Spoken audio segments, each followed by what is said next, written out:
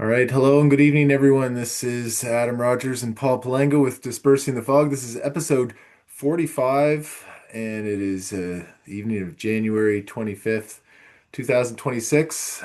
Paul, how are you doing? How are you doing today? Uh, couldn't be better. Just Yeah, what a busy week. Like, lots going on in the world and in our lives. It's just been, yeah, just a storm. from Davos to Minnesota to Greenland to everywhere. There's things happening. Lots happening in our world. And time to think about it too, because it's minus everything outside here in Nova Scotia, and it's just freezing and a good time to stay indoors and do some reading and digging and talking to people. Yep. So hoping, Remember our last show of last year, a couple of shows ago, 4 shows ago. The Magic Pumpkin predicted Ryan Wedding was going down very soon. that's right, that's right. That was a very clear prediction from the pumpkin and came to pass this week.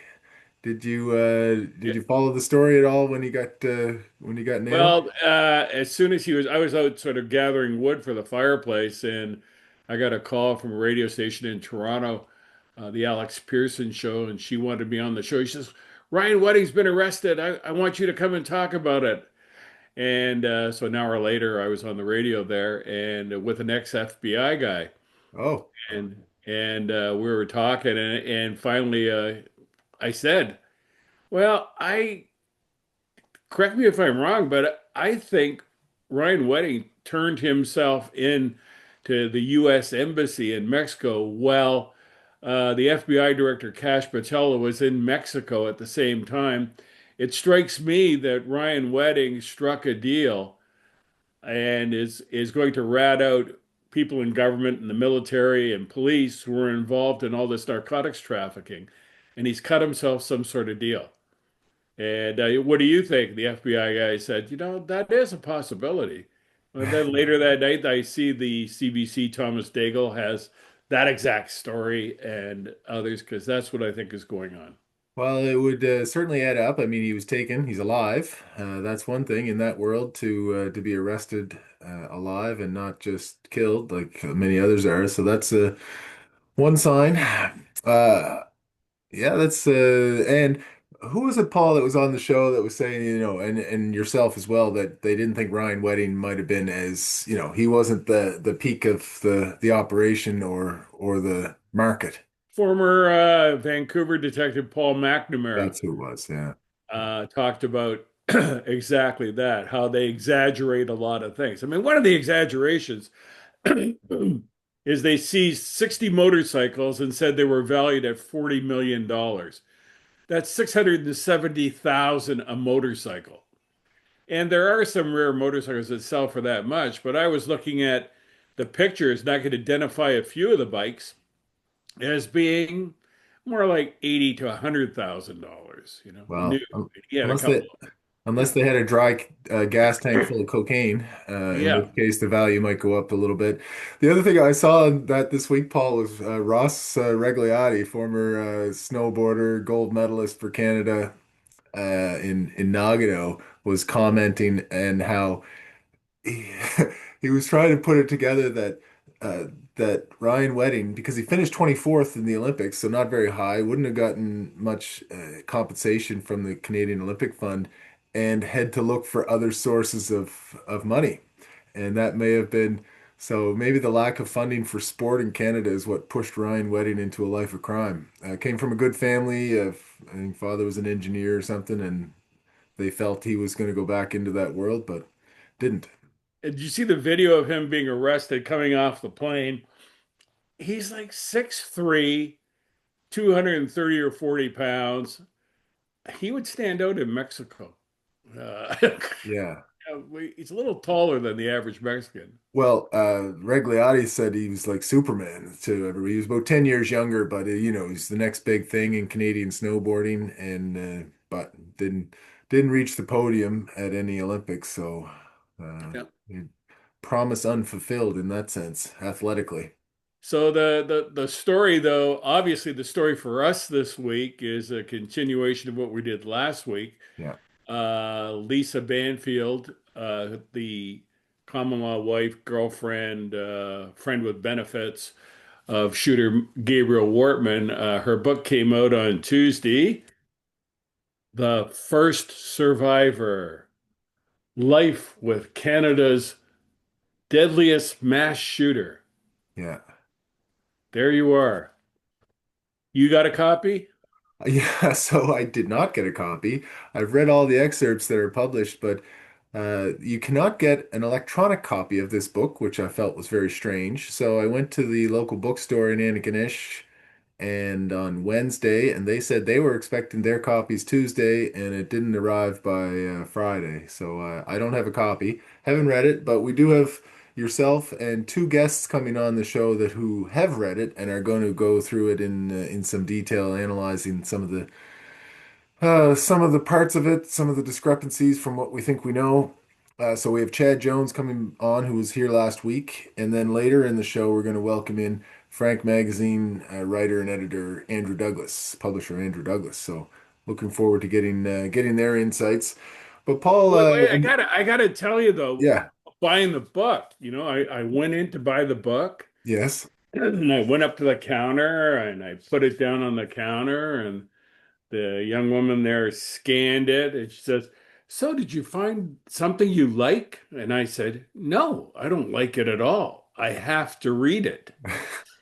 I said, I have a professional duty to read this book." And she says, "Oh, what is it?" So she flipped it over and she goes, "Oh, is this the girlfriend? Ew." I Jeez. couldn't. Sharon was standing there. I said, "Did you see that? That's at least there's hope in this world." Uh, Yeah. Yeah, well, like I said last week, there's been many women are questioning this account as well, and I don't think that's going to stop as they read the book. Although, the media offensive, the the round of interviews and such have been with friendly media outlets, and I would say, I mean, there was an excerpt in Chatelaine, which is certainly a female-oriented magazine. So it seems like there's some attempt, at least, to reach a sympathetic female audience. I know she's, well, it's targeted at them as some sort of guide, but the instant reaction, like family members of the victims of the Nova Scotia massacres, are uniformly up in arms, calling into question what she's saying, how she's saying it.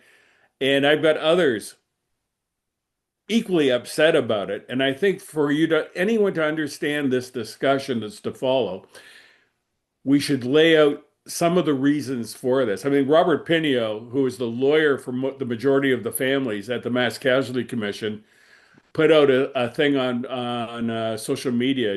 Do you have I it? have a bit of the here, so I thought that was really interesting too. So Rob Pinio was one of the lead lawyers from Patterson Law at the time that was representing many of the family members. So this is what his post was. Lisa Banfield refused to submit to questioning at the Mass Casualty Commission inquiry by the true victims. She was the only person who witnessed the lead up to and beginning of the murders.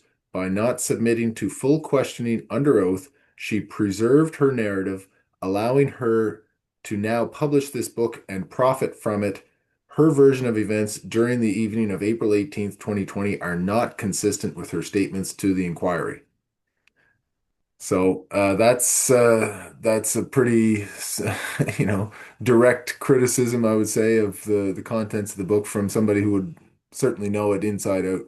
And Michael Scott, who did really good work at the commission as a lawyer and tried to push the boundaries and tried to get to the story. Michael Scott said at the time, after the Mass Casualty Commission ended its hearings in 2022, he said, quote, "I don't know if Miss Banfield is lying. I don't know if she's telling the truth. I don't know if Miss Banfield is mistaken because we don't have an opportunity to ask her any questions." No, that's right. The and it's described a little bit in Miss Banfield's book, but the way it worked at the time at the Mass Casualty Commission hearing, She was questioned only by the Mass Casualty Commission lawyer, Jillian Nattau, who she calls by her first name in the book, Jillian, to sort of, in my view, betrays a little familiarity there. And the lawyers for the families were to submit questions to the Mass Casualty Commission and perhaps be asked, but there was certainly no cross-examination. And Paul, like I did this week. I had a sexual assault case where, you're cross-examining the complainant. And there's protections in place. There can be screens put in place in the courtroom and other kinds of protections for people who are, vulnerable witnesses. But they sit there and they answer the questions, and they're difficult, they're invasive, they have to be because, you have to do a thorough cross-examination. And, I've seen people who have made claims of, complained about worse situations than what Miss Banfield is describing. Um, and they sit there and they answer the tough questions. For her not to have done so, I think is a real loss for the whole process. Well, it's interesting you brought up sexual assault because she begins her book with family. And in her description of her family, she grew up in a family of 8 kids, 3 boys who were much older, an older sister. Then there's a second cohort of 4 young daughters. And she talks about, at one point, a story I knew about in doing my research early on for 22 Murders in 2022. I was aware of allegations that Banfield and her sisters had been sexually assaulted when they were younger. And I didn't put that in the books because it really was, extraneous and it's sort of creepy to write about. She brings it out, but it's typical of what we see in the book. She brings it out, it seems, to establish her victimhood. But the story she tells is not the story I heard from the people who were close to her. There's more than one. Say the story in the book is, she had taken over a babysitting Yeah. job from her sister, and then yeah, so was sexually abused by the father of the children, I guess. I have no doubt she Yeah. was sexually Yeah. abused by, but I don't think that's, according to the people I talked to, that's not quite the story. There's a lot going on. What it would be? The perfect opportunity for cross-examination. You say this, give me the details. Yeah. Well, these other people say this. And, one of the things they said was the Banfield younger sisters um, would talk about this openly and about the details of it. So it wasn't like I was sort of ferreting things out. Okay. And people, some people would get upset, like, why are you doing that? Like, why do you talk about this?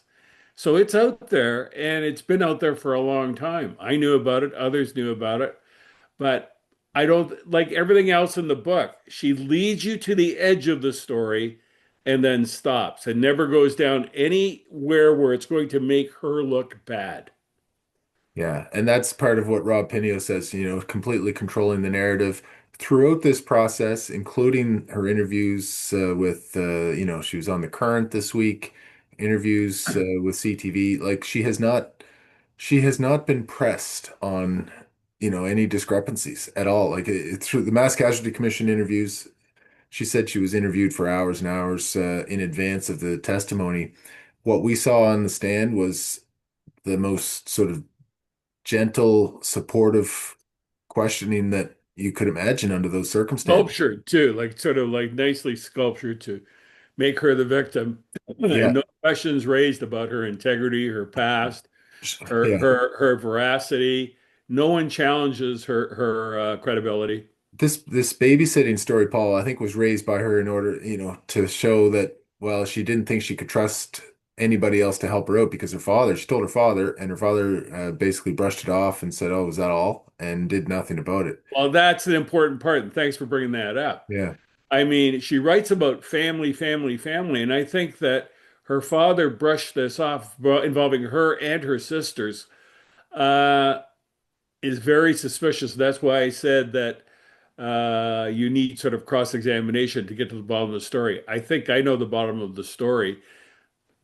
I'm not going to talk about it, but I think that these events And there's a number of events in her early life, not just this one, that sort of shaped her personality and shaped sort of the togetherness of the three sisters who hang together. Like they're sort of when she speaks family, it's almost like she's speaking just about her sisters, Maureen and Janice. Yeah, seems to be the only one she ever mentions, and they're around her when she's being interviewed.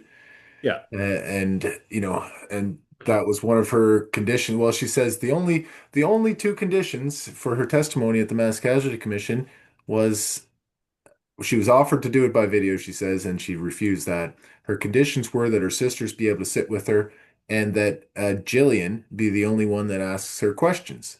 Well, that's a pretty big, the first one, all right, sure, no big deal. People have support. That's one of the people have support people. The judge tells them, you sit there, you're a statue, you don't say anything. Her sisters didn't. They complied with what would be normal instructions there. But the lack of cross-examination, oh, that's just a condition of my appearance. Well, that's a major condition. And That's she makes it like, controversial. oh, the families could have asked me any questions they wanted. I was there for them. And they could have asked any question as long as it was approved by the commission council. Yeah, like there You that know, like that's a they can't ask any question. it's a pretty thick filter, so don't Last point before we yeah. move on to Chad Jones. Yeah. One of the people I talked to prior to the book coming out was Banfield's ex-husband. Um, and he's we've chatted over the years, and he told me before the book came out that Lisa called him and asked for permission to use his name in the book. And he said, if you use my name, I will sue you. Oh, And then she went on in the book, as she does throughout this book, and this is typical of the way she tells the story. She said, "Oh, we had this marriage, da, da, da, and then it broke up after about 3 years because of the drinking." It the doesn't say drinking. who was doing the drinking. Just Was it that her? drinking. Was it him? Was it both of them? Oh my gosh. And I called him and I called him back and I said, well, she didn't put your name in the book, but she said you were drinking. And he says, back then, everyone was drinking, but I worked for 30 years for the same company. I had my wits about me. I never, I'm not like that now. And I talked to his wife, and she said, no, he's this, he's wonderful, he's fantastic. I had cancer. He takes care of me. He says he's like a dream guy. And I don't know, I'm not there, but I'm just Yeah. talking, getting what they said. And he said the largest issue between him and Lisa was money. When he had a lot. He and his father got it through the stock market, and then in a crash, he lost it. Okay. And he said then she was gone. That money was a big thing to her. And he says, I don't trust a thing she's saying right now. He says, I've watched the documentary. There are so many things in the CTV documentary that are not true, in his opinion, that he's astonished it got on. And his last line was the funniest, though. He said, I was the first victim of the first survivor. Jeez. Well, quite a title, really. Paul, I noticed, Well, that's but it. Yeah, speak about that too, the first survivor, before we yeah. go. Well, it's just a real question, right? And I mean, really, she was one of the only survivors, and that's the big problem, isn't it? Because that's the why was that? Not that I wish her ill, but I don't know, it's peculiar. By the way, what do you think of the title? What were you thinking there when you asked? Well, it's an insult to the victims. In fact, there, 23 people or 22 people died. 23 if you count Lisa, what's her name, Kristen Beaton's baby, Yeah, unborn baby. But I just think it's a bad title. it's a bad She title. talks about life with Canada's deadliest mass shooter. Then she doesn't describe the life. She only describes what she calls our violent incidents here and there, but there are no details. Her book is like this. There's Okay. no index. Oh, I was going to ask if the husband's name was in the index, but I guess there's No, no there's index. no names. There's no nothing. All it is why is her book like this and my two books like that? Can you see it? Yeah, I can see yours. Well, the two of them are at least four times as thick. Yeah. So What why is that? what is hers? Like 200 This pages? book is filled with emotions Yeah. and very few facts because it doesn't even need an index. These books have the facts she's leaving out and huge indexes detailing where everything came from, who everyone is, and you can zero in on anything. This book has, what we are labeled in this book as Oh, conspiracy theorists, I'm sure. conspiracy theorists. We're in a group. Do we do we get mentioned? We're not in the index because there isn't one. Do we get mentioned by name at all? I didn't No, notice nobody gets anything. mentioned by name. We're Okay. just conspiracy theorists, and that's it. Well, It's outrageous. ironically, Paul, when you're writing about someone else, you have to have your facts straight. When you're writing about yourself, not so much. Well, I think I she guess had a that's the rule, is duty. it?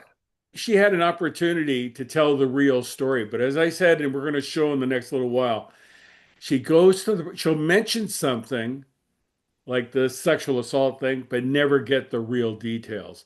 She'll go to the cliff on a million things. Uh, she'll talk about criminality in this way. She answered a question and said, "Oh, Gabriel was always one step ahead of the RCMP," Yeah. which indicates criminality. Yes. But she doesn't talk about any details and is never pressed to give any answers to that. And nothing It's like she's further. Yeah. uh, Nothing in addition to what she said in the testimony or interviews. Like for example, about the smuggling guns across the border, and she insisted that he never do it while she was in the vehicle. yeah. Whether we know whether he kept his word on that, who knows, right? Who knows? And it just we'll get into it anyways. Okay, well let's bring in Chad then, and start with Chad, who I know has all kinds of thoughts on the book. All right. Chad was such a popular guest last week that we wanted to bring him back. Not that Ryan Potter wasn't, by the way. Ryan just wasn't available. So we're gonna have four again, but we'll start with Chad. How you doing today, Chad? Not too bad, gentlemen. Yourself? Oh, great. Thanks again for joining us. You've done some reading this week, I take it? Yes, I have. I have gotten through the book. Yes. Okay. Well, So tell us about we just discussed our experiences in buying the book or not buying the book, as the case may be. yeah, Do you have I still any don't have a interest? copy, Chad. Do you have Oh any? no. Yeah, it's this is January courier stuff or whatever, but the local bookstore, the Curious Cat, didn't have a copy yet, so I'll Well, get there's save my full review for next week, but we have you guys for expertise here now. yeah. Well, there is plenty left in the stores. I can tell you that. Okay, where did you get yours? I did. I got mine at the Halifax Shopping Center. Okay.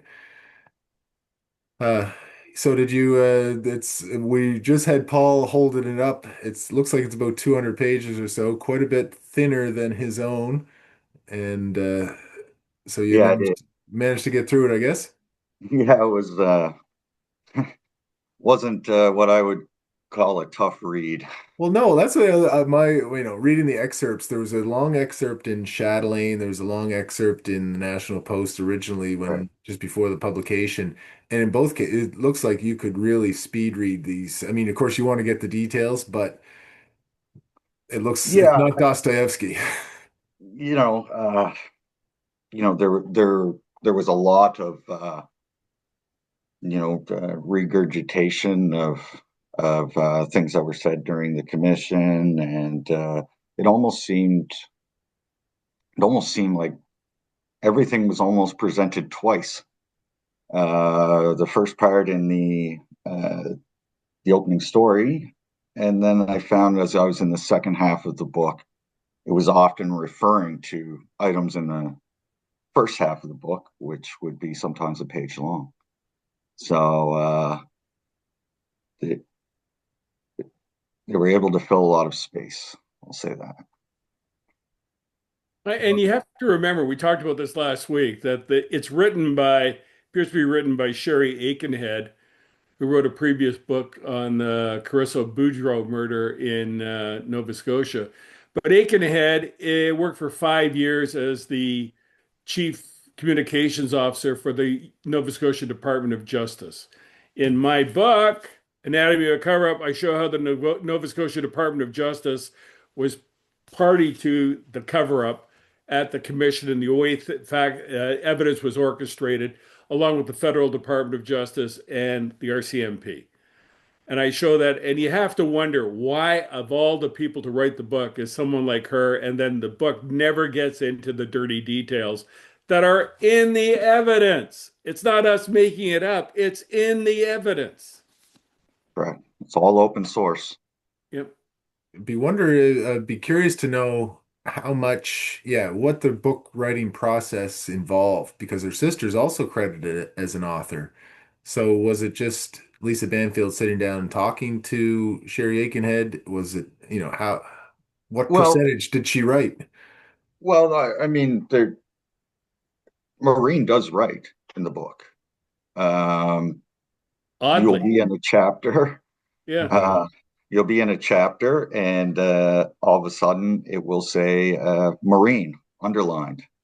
And then it's sort of, Lisa's telling one part of the story and Maureen's telling the second. The thing I found interesting was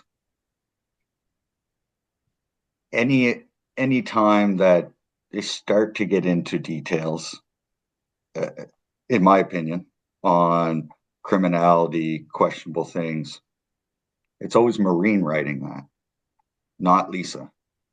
Um, so I find that odd. I don't Protecting know if herself. that's by design or Well, no doubt Chad could be protecting herself from potential liability if, because if Lisa says something that she directly knows, well, then that's something that could be potentially used against her. If Maureen is saying, "Oh yeah, here's what I think I know," that's a layer removed, and Lisa would have some deniability there. that's that's I guess what I was getting at, you know. One of the things in the book, I mean, the whole book is built to describe Gabriel Wortman as this abusive, controlling guy, which he may well have been. But one of the things I pointed out in both my books is most of the women, or any of the women I've dealt with, in who had any kind of relationship or association with Wortman, spoke highly of him and said he was a nice. Nobody complained about him. There were no criminal complaints about him being a sex abuser, et cetera, et cetera. Throughout the Well, book, she talks about her friend Denise as being her rock from the time she was in high school till now. No last name. Denise, Denise, Denise. Denise stood by me. Denise, Denise. And I thought, finally, I said to myself when it was all over, who the hell's Denise? So I called one of my sources up close to Banfield and said, who the hell's Denise? And they said, Denise Kroll, Crowell. And then you could pick up what happened from there because I asked Chad, we got involved in a conversation. Who is Denise Kroll? yeah, so Denise Kroll is, as Paul stated, Lisa's best friend, Rock, and there was actually an article put out by Andrew Rankin that describes her testimony to, um, I believe it, I believe it was the police, not the commission. And I'll just read you a couple lines from that article. I'll read the headline. It's Andrew Rankin in the Halifax Chronicle Herald in 2023.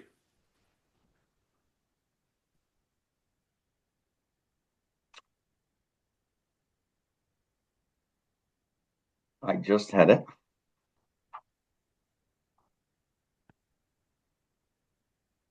Not to be He was a confused. wonderful person. Yeah. Banfield's best friend says she never saw gunman's violent side. And a couple points in that article, a couple sentences that I actually highlighted was Kroll described Wortman as playful character, an average maritimer. Quote, just a very friendly gentleman, sit down and have a conversation. Get-togethers were always light, she said. Wortman and Banfield joked around back and forth, but he was never disrespectful verbally or put her down or anything like that. And that conforms with what others have said about them. Dana Geddes, who lived in Portapic, said the same thing. The sort of colorful Rob the Carpenter Doucette, who was their handyman, says the same thing and says that Lisa actually was dominant in the relationship in many ways. But none of that is discussed. And that's the way the book is written. So you have Well, Denise, but Denise says things that, they hope we wouldn't find who Denise is. Peculiar that yeah, certainly if now Lisa Banfield is saying, this was my rock, the one I spoke to about all the time.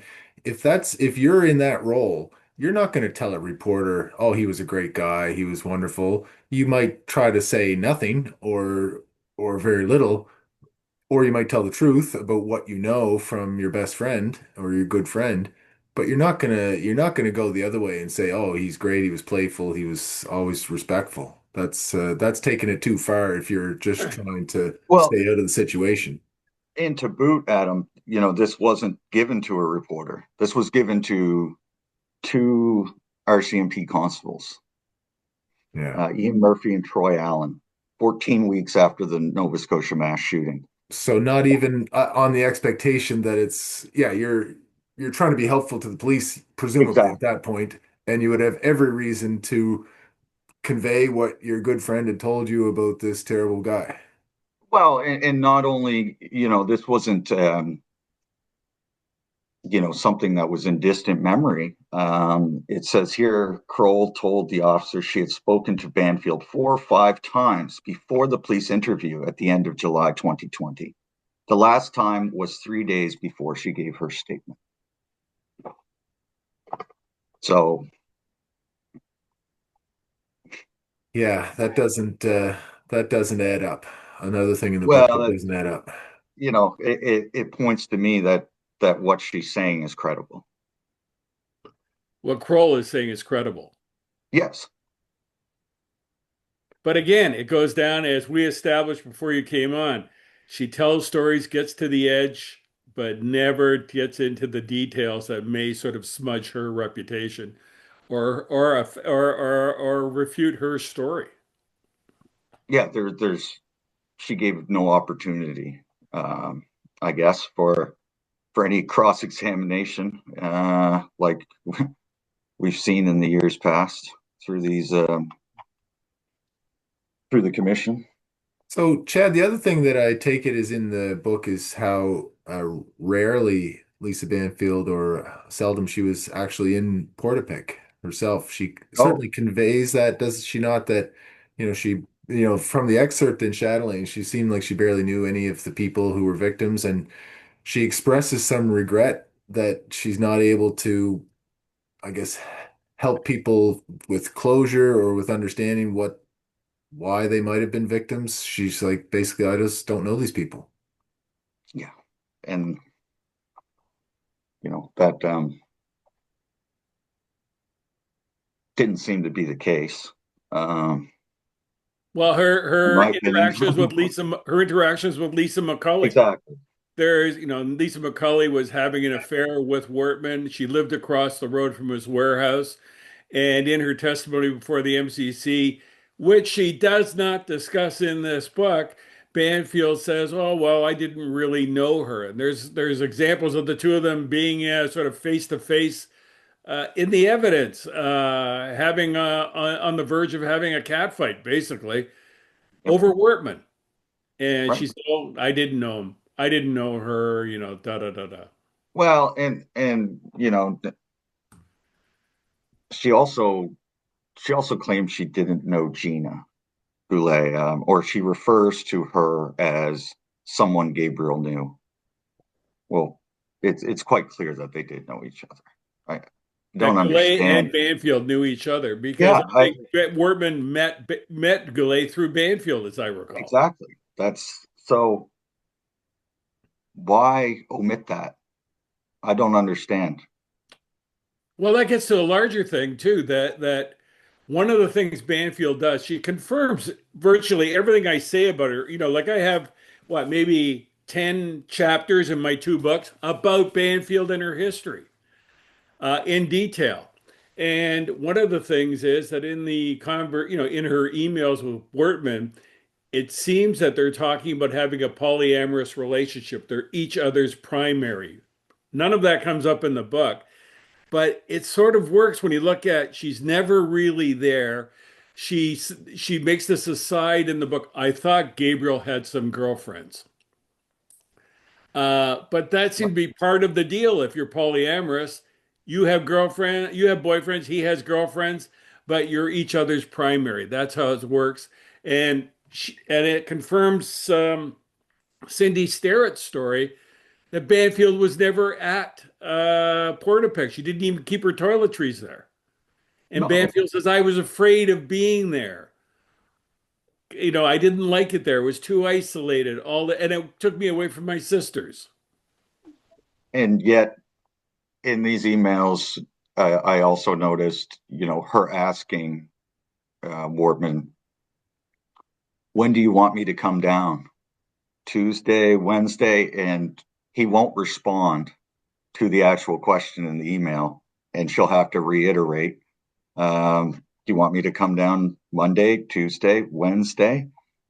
And I believe he said, that is up to you.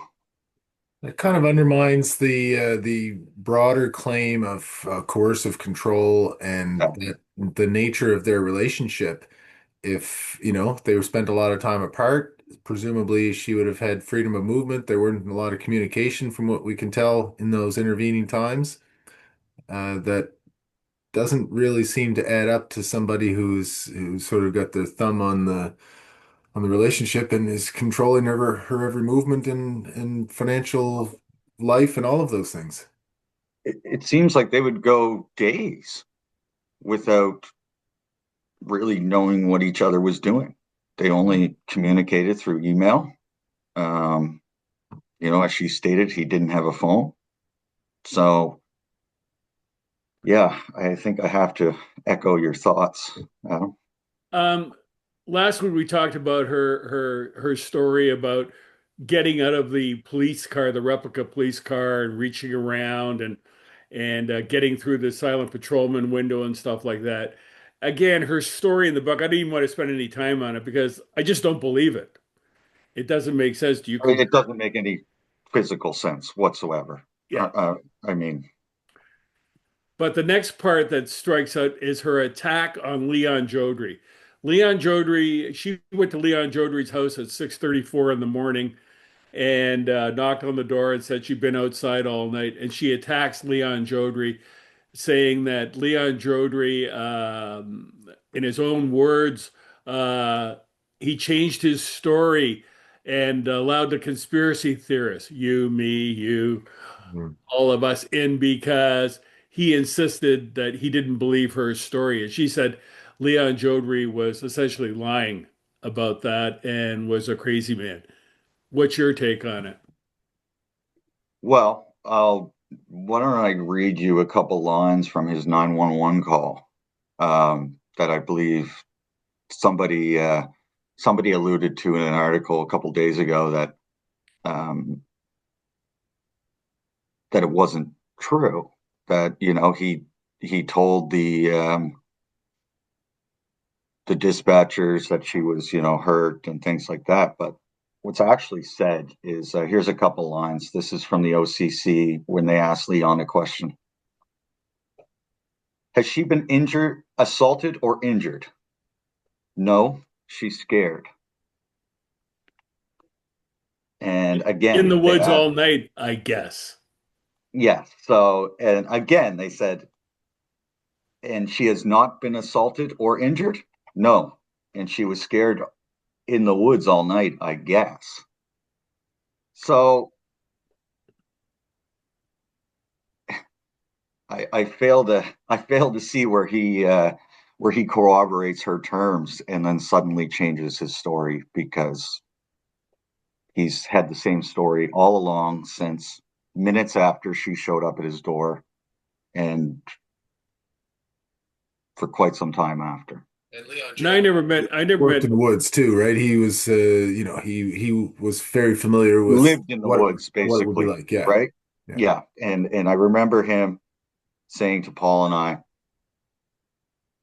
I, it was a good, she had nothing, she wasn't dirty, she didn't have dirt on her feet, and he made the comment that even a jackrabbit couldn't get through these woods without getting dirty. have, getting dirty, Yeah. right? And But the important thing that she leaves out in this again is that she doesn't get into anything that might sort of affect her story. And what affects her story is if you look at the notes of Trent Milton, who was the ERT guy who put up a drone in the morning, 6:15 in the morning, and saw nothing in the woods before Banfield showed up at Jodrie's door, and he was in that area. She has no memory of hearing a drone Which on are that loud. day, and Those that are was a loud. large drone. Yeah. Milton said he didn't understand why she wasn't investigated as a suspect, why she was declared a victim right away.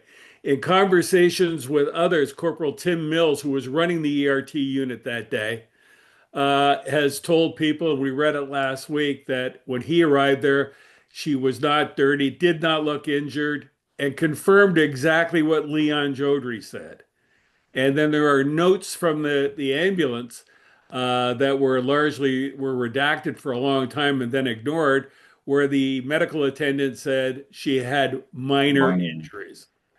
But this has turned into something bigger later in her story. That's right. And the Leon Jodrey, and you mentioned Chad, the media. There was a story. It was the Halifax Examiner that did a story, an excerpted part of the Leon Jodrey commentary, a part of it, not all of it, and that's notable. And I think that's one of the things that Andrew Douglas wants to discuss. And maybe it would be a good time to bring in Andrew and continue that part of the conversation with him. What do you Yeah, I guys think think? that's a great idea.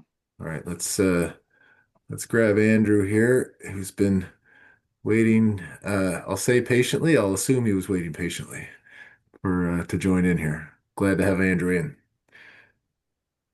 All right. So we see his name, and he's going to be zooming into us here just in a moment.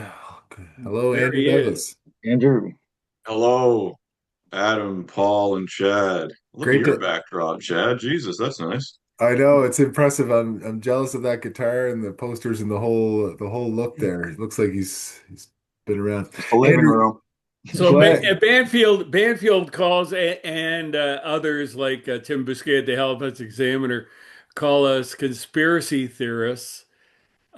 Is this a cabal?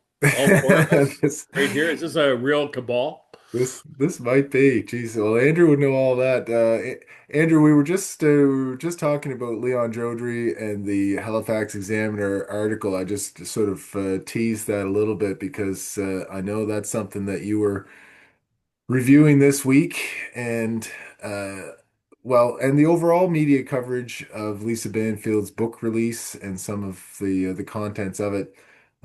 Maybe I'll just cue it up there and ask you what your overall impressions are, and then we can get into some more details.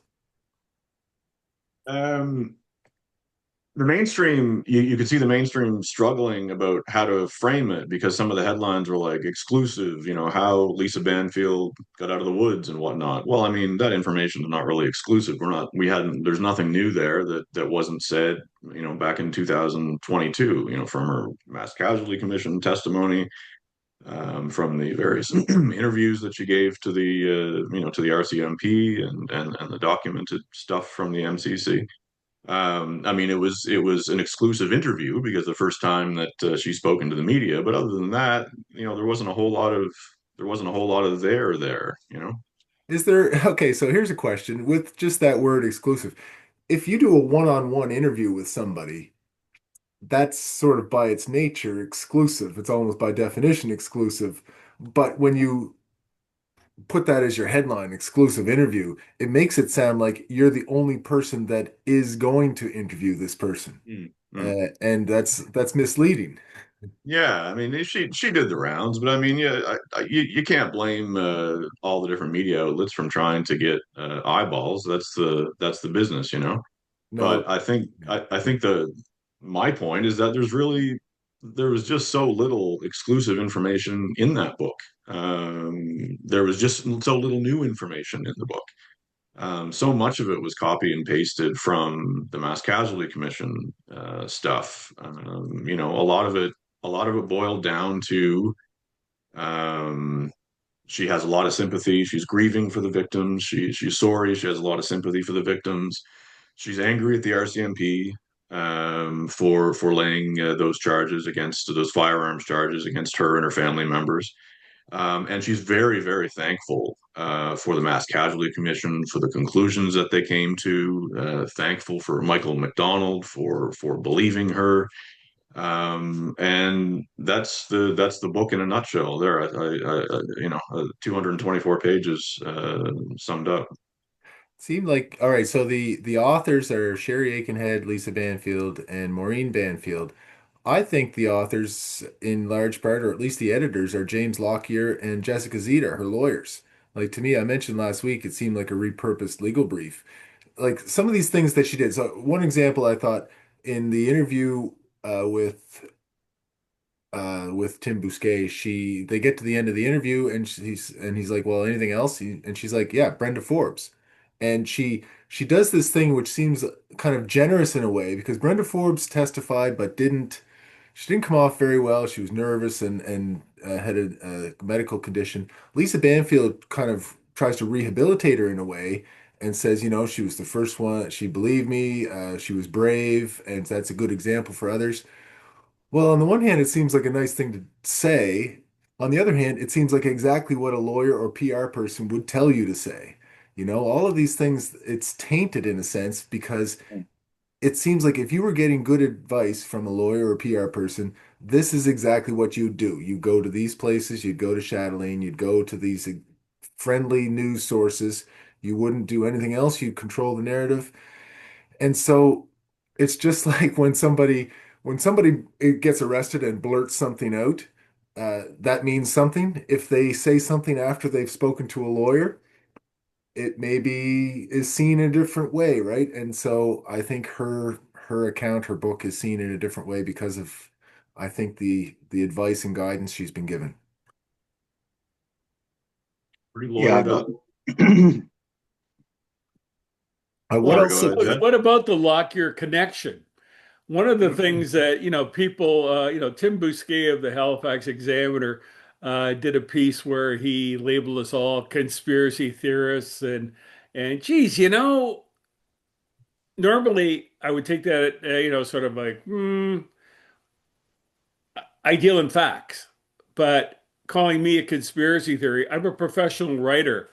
I deal in facts, maybe Tim should keep his notes and all his records and stuff like that because, I'm going to talk to some legal people about whether that is a libel because I'm definitely not a conspiracy theorist and none of you guys are. But it seems to be coming from what we're not getting from Bousquet is his relationship with James Lockyer. That Lockyer was his go-to guy in the story that made Bousquet's life, the Glenn Soon wrongful conviction, who Lockyer represented. And I would like to know what advice he was getting from Lockyer and what Lockyer was telling him because of my own personal relationship with Bousquet early in this story. It came to an end when I suggested we write about Lisa Banfield because I found inconsistencies in her story and I thought they should be explored, and he basically disappeared me because he said, I think, quote unquote, I'm going to need something really big before I do a story about Lisa Banfield. So, what's your thoughts on that, Andrew? I mean, the typical sort of self-censorship of a lot of media around here. Frank was I mean, she's obviously somebody that deserves mention in all this. I mean, when you're doing a biography, when you're filling in facts about Gabriel Wortman, the woman who was by his side for 19 years, should garner a mention. But we had her on the cover of the magazine, I think, within weeks of the massacres. And it was months and months before her name was in any other media at all. Well, no, the only time you cleverly did it because you called her a hero, so that allowed you to put her break her name out and put her on the cover, as I recall. And her name only came out when we were working, as you'll recall, on doing a big Banfield piece that we were going to put out on Monday. And everyone sort of knew that. And then on Friday, they charged her and her brothers with providing ammunition to Wortman. So, Yeah.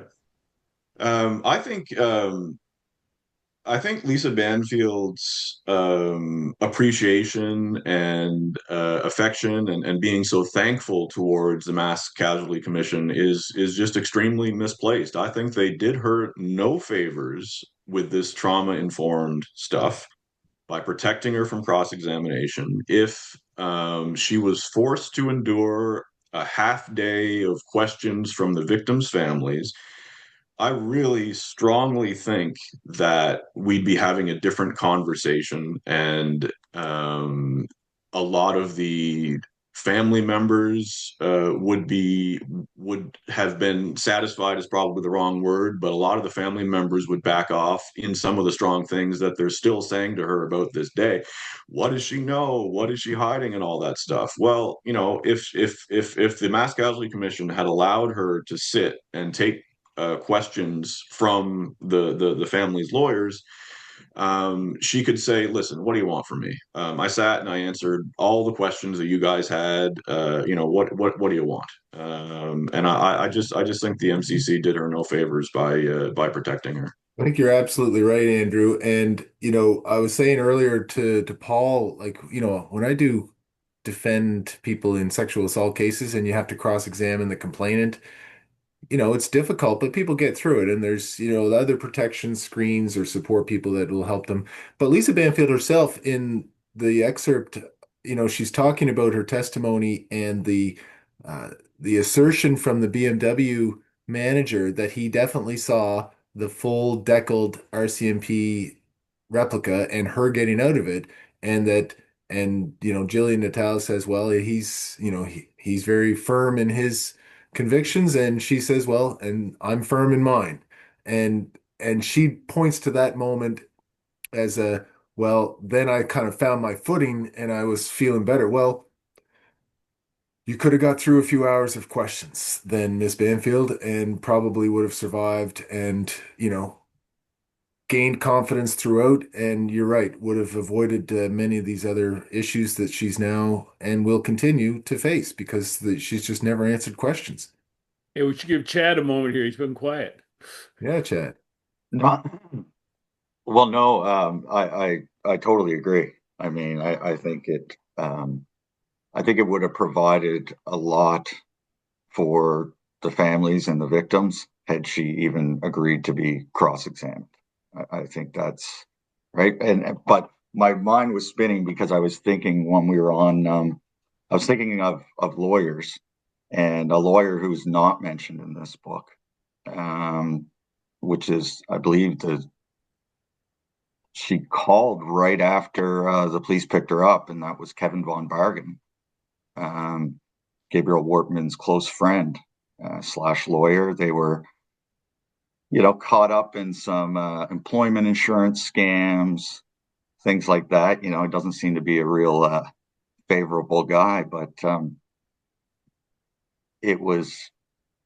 I found it odd that he was just completely overlooked, not addressed whatsoever, and it's all through her statements. And they've spoken to him and spoken to many people, and him and Wortman were involved in some transportation of separate things, and but yeah, she fails to mention him whatsoever.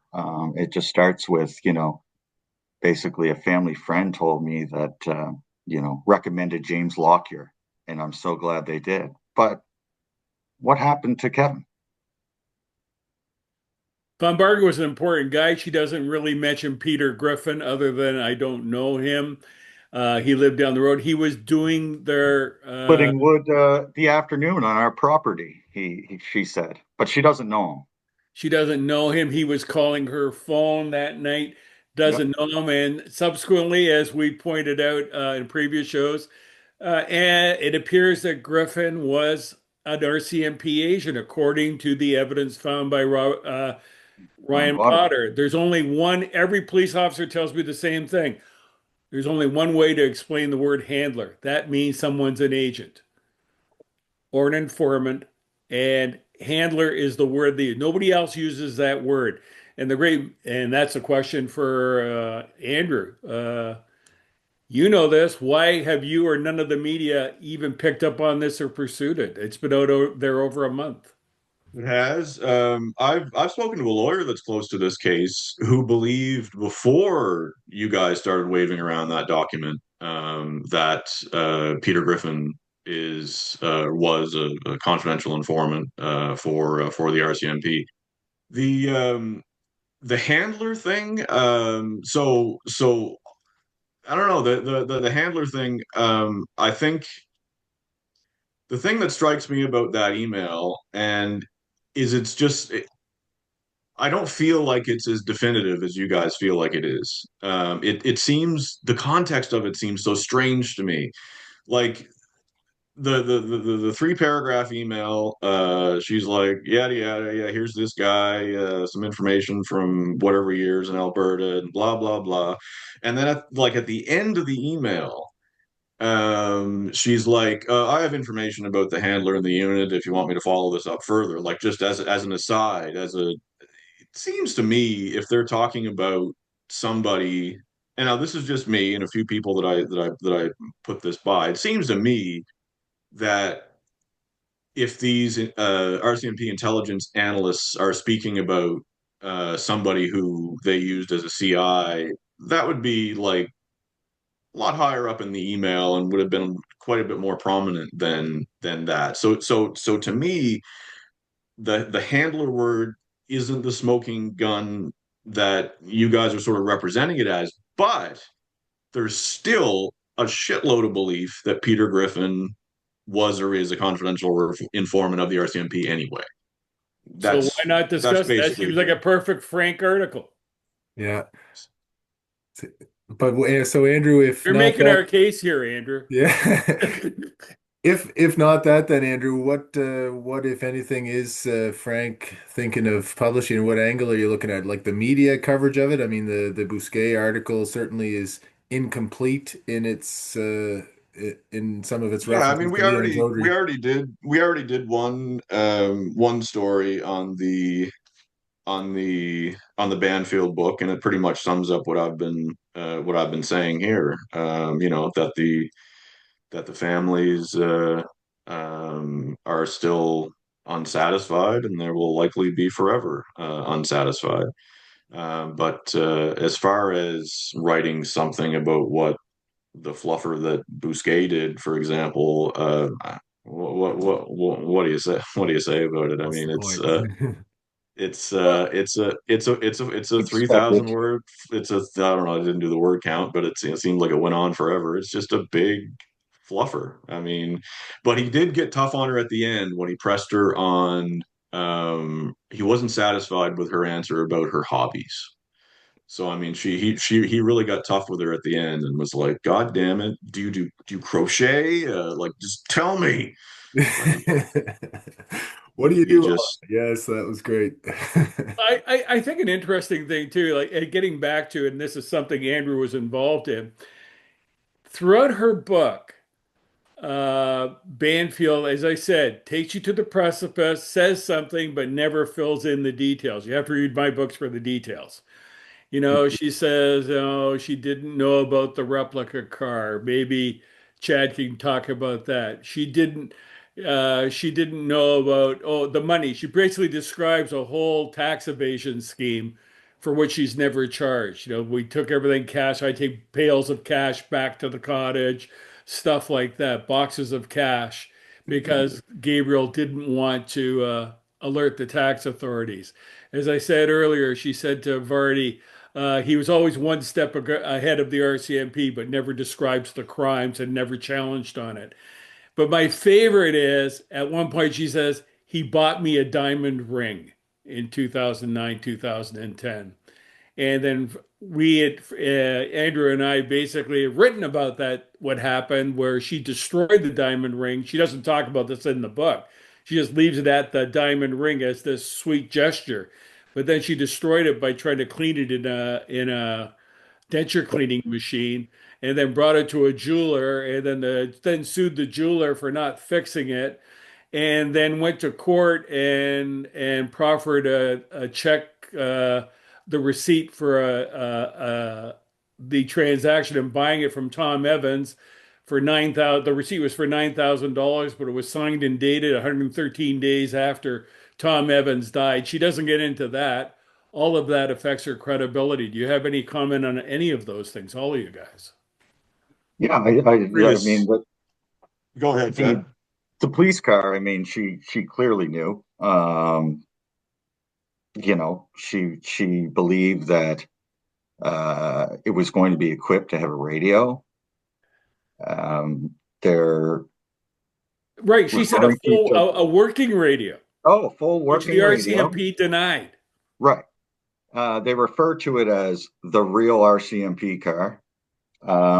Constantly in the emails, sheriff, deputy, oh, now you're in the cult.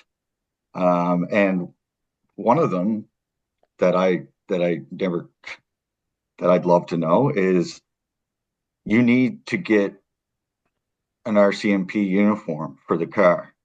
I told you you'd be driving one day. I would have loved to have heard the details on that. And that's all in the official record, but she doesn't That's address it. all in the Mass Casualty Commission documents. And Andrew, you have a copy of the receipt for the diamond ring scam. That's going back, boy. What did that? Was that 2021 probably? Yeah, Uh, no, Mm, 2022 was after was it? Me Okay. Too Murders came out because you found the receipt after. Right, right, right. Yeah, in the small claims file. yeah, I remember that. One thing, maybe this is something that maybe Chad would know about this. Was she ever asked about? I mean, she knows about the all the guns, she knows about the cars, she knows about the ammunition, the uniform, all that stuff. Was she ever asked about the grenades? Never. No. No, don't believe so. No. No, I believe that information came from his biological brother in one of his statements. That's where I saw the grenades discussed. Never saw Banfield discuss it. Never read it. Rob Doucette discusses the Yes, grenades. he does. But his also does his biological brother. I believe it's Jeff Samuelson from the States. Um, but no, those are the only two I've ever heard refer to those. Well, just as if you're defending somebody or examining a complainant, and if the core allegation may involve just a he said, she said, and there's no physical proof of it, actually, in this case, that's not quite the situation. But in those, you look to collateral known facts. Well, if you lied about this, you lied about this, you weren't quite clear about this, you undersold this, you lied about. If you look to collateral facts, and if you lied and have no credibility on those, then you bring it back. Okay, but we're supposed to believe you on this core, Right. most important aspect of the situation. Doesn't tend to add up that way. Yeah. Well, the mainstream media has done nothing, not one word anywhere that's critical of Banfield that I've found over the last 5.5, 6 years. It's like the League of Feminist Journalists, which includes Tim Bousquet, uh, will not say anything about someone in the sisterhood who needs help. All women must be believed. in their story. Adam, you're a lawyer. Have you ever seen a woman lie? Just in case. I'd have to think about that, but it's certainly possible that it's happened. Yeah. It's not a yeah, it's not an exclusively guy, But it's exclusively treated like Banfield. that, and it's really distressing. In this story, you've got media who say that they double and triple check everything, and then accuse us of being conspiracy theorists when we have facts, facts. You know, that's what we deal in is facts. We're not conspiracy. Who's on the down? Look, comment on it, Adrian. Like, what are they doing? Like, what has happened?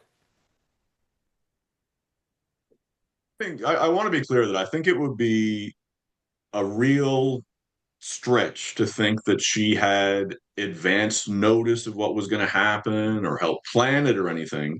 Mm, But I think yeah. the thing that's worth stressing a lot more than it's been stressed is that simply there are unanswered questions about what she knew about. There's still stuff in her head about what Gabriel Wortman knew about his relationships with the various players and Mhm. what he may have some of the justifications for his beefs for some of these people. I mean, it's just that's where the frustration about Lisa Banfield lies. I think, and that's where the I think Michael Scott summed it up best, and 3 or 4 years ago. I don't know if Ms. Banfield is lying. I don't know if she's telling the truth. I don't know if Ms. Banfield is mistaken because we don't have an opportunity to ask her any questions. Exactly. I think we ended our last piece on that, and I think that's worth stressing a lot And it's more. still true. We still don't know. She's written a Even book, after this but book. it seems like it's basically a curated book to protect her image and protect the official narrative. It works in the interests of the RCMP, even though she takes a few snips at the RCMP. It's like nothing serious. She blames them for charging her and humiliating her and stuff like that. But all those charges are crap. I mean, she says she went through restorative justice. The family say, "What restorative justice? We Yeah. never met with her. Who did she meet with? Who did she restore with? Does the Because we book don't des know." does the book Well, describe what she did in the restorative justice process? No. It doesn't. It describes what she didn't do, and she has a very lawyerly explanation for what she didn't do. She didn't meet with the families because they never proved beyond a reasonable doubt that the bullets she bought were used in the murders. So thus, she had no responsibility for the murders. Thus, she didn't have to meet with the families. Was the gist of her explanation. But there, to my correct me if I'm wrong, Chad or Paul, but there was no mention in the book of what actually happened in that restorative no, justice process. not a bit. Um, no, not a bit. I do recall. I don't know if it was. I don't know where I read it, but I did read it recently that you know her referring to him as having so many bullets that it wouldn't have mattered if she had bought them or not, Right. Wow. right? And Well, and the fact that you know you committed a criminal code offense allegedly, right? I mean, what are they supposed to do? Just not right? You openly admitted to them multiple times that you guys provided ammunition. Um, at least a couple you should have absolutely known better. I'm pretty sure that's a pretty big no-no in the PAL community, buying ammunition for an unlicensed gun owner. And you got charged. I mean, I don't understand why you're so insulted. And then Um, the charges disappeared as soon well, as you testified at such as it was at the Mass Casualty Commission within days. yeah, it right. seemed it seemed almost as though that was the restorative justice, quid pro quo, and Time something served. has to happen. Come and testify under tight circumstances. I made the point several times before and years ago that the charges against Miss Banfield and her siblings actually may have protected her in a sense because then it was easy to say, well, I can't answer any questions because I'm under charges and I have to protect myself. So that was, and who could argue with that? But again, as Andrew said earlier, I think that didn't really do her any favors in the longer term or broader sense because here she is, still having credibility questions because she's never answered those questions. And the families, I guess we're going to have to wrap up here Yeah. soon, but the families are absolutely livid about this. I've talked to a few family members in the last couple of days. Sort of the book is very helpful that way. It's brought people forward, and but the families are really really upset about her portrayal of. Oh, tried to reach out to them. I offered them the opportunity to ask me questions, which was all bull. And the one really aggravating thing that got people mad was she said, "Oh, I tried to reach out to Nick Beaton, whose wife, Kristen, pregnant wife, Kristen, was killed. And she says, at a hearing, which was sort of an arbitration hearing, uh, where she got paid out some of the estate afterwards. She said, I walked over and touched Nick Beaton on the shoulder, and he rebuffed me and stuff like that. Beaton's reply is pretty interesting because Beaton posted this on social media. At no point did the incident occur as described. In reality, she approached me directly, smirked repeatedly for more than 2 hours whenever legal counsel was not looking, and then placed her hand on my shoulder. This behavior was witnessed and noticed by one of my lawyers. It must also be stated clearly that this took place during the same period in which she was actively pursuing legal action against the families for financial gain, an effort built on falsehoods.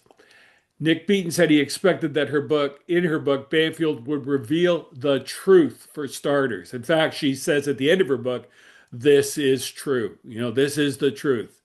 He said instead, Beaton said Banfield is poking at the real victims, and there's a lot of truth to that. There's no sense of responsibility by her, that she takes no accountability for anything. She knew nothing. I saw nothing. I heard nothing. I saw nothing. I'm a victim, and she declares herself a victim. And the media and the politicians have gone along with this story. I think it's bunk. Chad, Andrew, any final words before we let you go for today? No, I would encourage anybody who is, reading the book to take a look at the Mass Casualty Commission supporting documents. There's lots out there that we were referring to, and people can come up with their own questions as well. It's all free for the taking online. So I just encourage everybody to look a little deeper. And read her book critically. Like when you get to things where she says, the he bought me a ring. Uh, no, he was one step Read ahead of between the the lines. RCMP. I didn't know about the car. We have the details. We've written about it. It's either in the MCC or in my books. What she's not saying. Andrew? I don't think I have anything to add. Okay. Well, you guys have all contributed to the Lisa Banfield Fund. I'm gonna get mine this week. Hopefully, once the Curious Cat gets theirs in. By the way, the last thing from the Bousquet article, he was suggesting, Paul, that he wouldn't get as big an advance as you would, and he wondered if Miss Banfield would. And by the way, there's very little money in publishing. All the more reason, Oh, in my opinion, why, if there's no money to gain, then why not donate it to the victims' families or something as a low cost, high reward gesture? Why not do that if there's very little money involved? Anyway, that seemed like a question that was raised from that. But we'll okay. Leave it there for now with you guys. Chad, Andrew, thank you very much for taking your time to go through the book, analyze it, look at all that critically, and for joining us here today. Wait, one last Oh, question. Chad, what date are the three sisters having a signing at Chapters?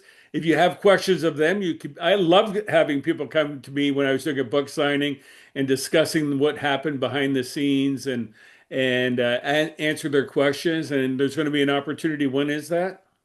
Uh, just one second. I believe it is the first. Yeah, Um, March 1st. uh, is it March 1st or February? February 1st from 1 to 3 at Indigo Dartmouth. February 1st, 1 to 3 at Indigo Dartmouth. So that's next weekend.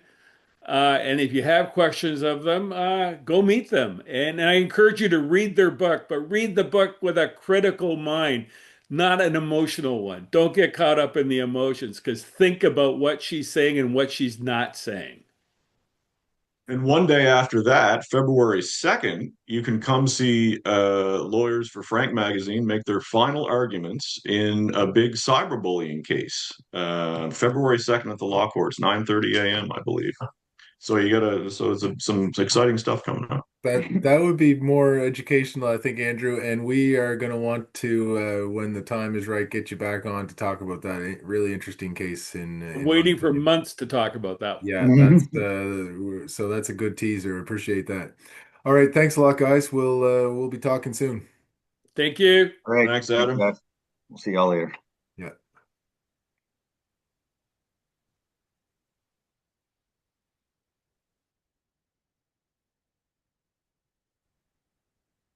All right, so Paul, we got a few minutes just to wrap up here, and well, that was interesting. Good to see. Although we had a little pushback on Andrew with the handler comment, but I thought those guys had some good points on the book.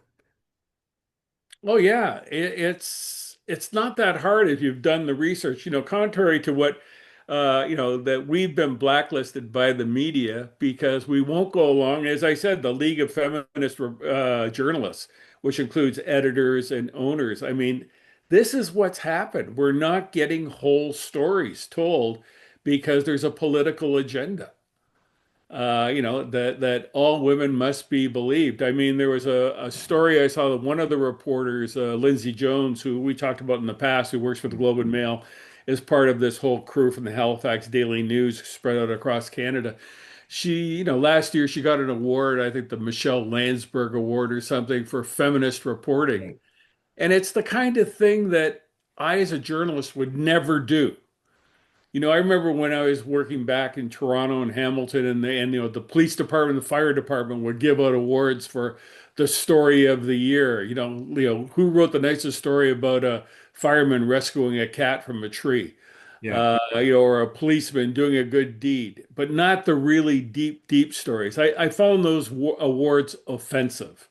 That you're writing for an award, basically, and the award it's not like in my world, it was, leave no stone unturned. In the world of the, sort of the League of Feminist Journalists, including Bousquet, it's only turn over the stones that fit your narrative. Don't look under other stones and rocks that might defeat your narrative. So Uh, just ignore them. yeah.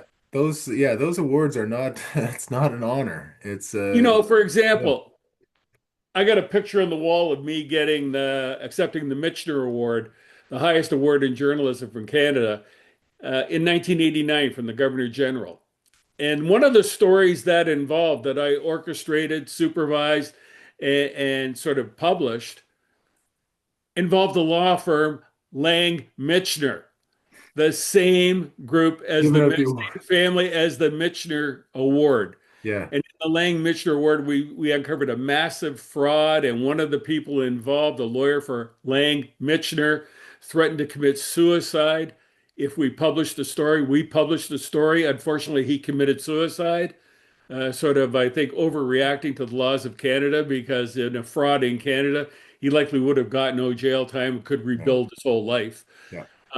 But all of that happened, and we got that award in spite of the Lang Michener thing because we turned over all the rocks to find the real story. And that's not what's going on in media today.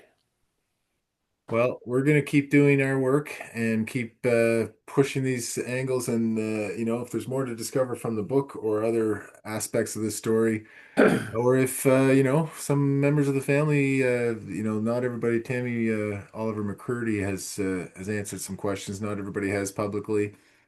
They want to come on and talk about their perspective. We Tammy will, has offered to come on next week. yeah. We So want her. wouldn't be bad to have other family members if they want to And come I'd love forward to have too. another. Yeah, I'd love You know, to. Dick Beaton, I, Charlene Bagley, who's very articulate on this. I think people will want to hear Uh, the family perspective on this. I would love to hear it. Darcy Dobson has expressed her dismay with the book online. Others have as well. The Lane family.